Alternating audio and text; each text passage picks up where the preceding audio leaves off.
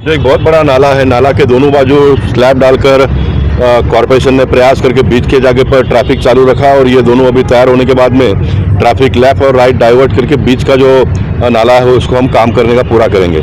अब यहाँ पर 12 दुकान इफेक्टेड हो रहा है। अब उसमें से जितना हो सकेगा उनको हम यहाँ पर एडजस्ट करने का प्रयास करेंगे, लेकिन बाकी के सारे लोगों को जो जगह देने का जो नॉर्म्स कॉरपोरेशन ने बनाया है ये गलत है।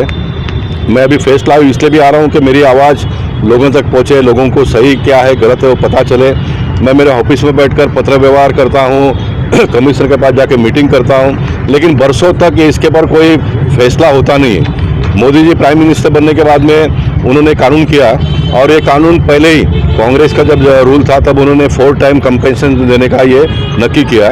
अभी भी आज भी रूरल एरिया में हम 4 टाइम कंपेंसेशन देते हैं, लेकिन सिटी एरिया में 2 टाइम्स देते हैं और इसमें से बहुत सारे प्रॉब्लम सॉल्व हो रहे हैं। अब ये कॉरपोरेशन के जहाँ पर जगह है, इन्होंने अभी रेट पैसा रोकड़ा पैसा देकर अगर कोई जाता है तो वो जाने की एक व्यवस्था बनाई, उसका कानून बन गया, लेकिन वो जो रेट जो है वो बहुत कम है।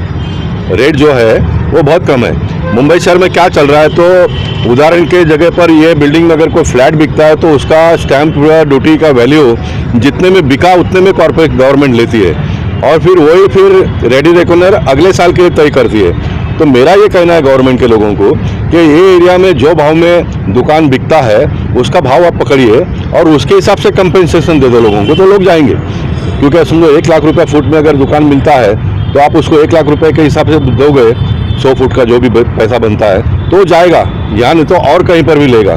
लेकिन उसको आज जो पैसा मिल रहा है वो 50% मिल रहा है और 50% में भी उसका मालिक वापस कॉरपोरेशन जिंदगी भर के लिए रहेगा और कॉरपोरेशन जो उसके पास से भाड़ा लेगी वो बहुत ज़्यादा है, तो लोगों का जीवन उद्ध्वस्त हो जाता है और इसमें कोई भी पॉलिटिकल इलेक्टेड लोग भी बहुत मेहनत नहीं करते हैं। तो मैं दुकानदारों से निवेदन करूंगा, अगर आपको कमर्शियल का भाड़ा भी अगर कॉरपोरेशन के लोग देते हैं, मैं प्रयास करूंगा उसके लिए, तो कॉरपोरेशन से लिखवा कर ले लो आपको कितना जगह प्राइवेट आने वाले दिनों में मिलना है, और जहाँ जब तक आपको सही जगह पर जगह नहीं मिलता है तब तक कमर्शियल रेंट लेकर भी अगर आप शिफ्ट हो जाएंगे तो कम से कम ये डेवलपमेंट का काम हो जाएगा।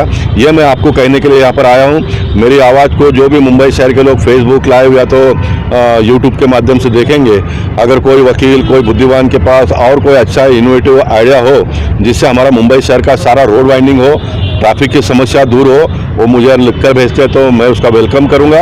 और कोई अगर बुद्धिमान लोग एक PIL भी अगर कोर्ट में फाइल करते हैं, अगर मैंने PIL फाइल किया तो SRA में पहले माले वाले को जगह मिलना चाहिए इसलिए PIL फाइल किया, कोरा केंद्र का हॉस्पिटल ताबड़तोड़ बनना चाहिए इसलिए PIL फाइल किया, लेकिन हमारे न्याय प्रणाली में भी ये पॉलिटिशियन लोगों के बारे में इतना गुस्सा है। मैं कहता हूँ न्यायालय से भी जो पॉलिटिशियन गलत है उनको पकड़ के जेल में डाल दो, लेकिन अच्छे पॉलिटिशियन का अच्छा सुझाव होगा वो आपने सुनना चाहिए। अब 3-3 साल से अगर हॉस्पिटल का प्लॉट का अगर केस के ऊपर आप कोई फैसला नहीं करोगे तो मेरी न्याय प्रणाली से भी थोड़ी नाराज़गी है। मैं चाहते हुए भी मैं मेरे मतदार संघ के लोगों को जो देना चाहिए वो दे नहीं पा रहा हूँ। चीफ जस्टिस अगर मेरी आवाज़ को सुनते हैं तो कोरा केंद्र का हॉस्पिटल का प्लॉट का प्रॉब्लम जल्दी सॉल्व करिए, पहले माले का प्रॉब्लम जल्दी सॉल्व करिए। मेरी सरकार पहले थी देवेंद्र जी की, तब मैंने इस मुद्दे को उठाया, बीत के 3 साल दूसरी सरकार आ गई, उन्होंने सुना नहीं, अब वापस मेरी सरकार आई है। लेकिन मेरी सरकार आने के बाद में भी मेरा जो मुद्दा है फंडामेंटल मुद्दा है, दुनिया के किसी भी देश में बेघर लोगों को घर देने का कायदा सरकार बनाती है और लोगों को घर देती है। मोदी जी ने कायदा बनाया, लोगों को घर मिल रहा है। लेकिन मुंबई एक ऐसा शहर है जहाँ पर कायदा आपने गलत बनाया, इसलिए जिनका घर है वो बेघर हो रहे हैं। पहला माला जिसने भी मालिक के पास से पैसा देकर लिया है उनकी मैं डिमांड कर रहा हूँ। कोई ज़मीन पे नीचे बैठा है उसने पहला माला बना लिया, उसने भाड़ू रखा, उसका डिमांड मैं पहले दिन से नहीं कर रहा हूँ। लेकिन आज का जो आपका कायदा बना है उसमें 2011 तक के लोगों को अगर वो अपात्र भी होते हैं तो उनको जगह देने की व्यवस्था बनी है। एक जगह पे जो अपात्र लोग हैं उसको जगह देने का कानून मोदी जी के कहने के ऊपर महाराष्ट्र सरकार ने बनाया, तो दूसरी जगह पर जो न्यायिक है उनको बेघर किया जा रहा है। इसलिए मैं लड़ रहा हूँ। मैं अपने पॉलिटिकल वर्दी को बचाने का अगर प्रयास करूँगा तो लोग बेघर हो जाएंगे।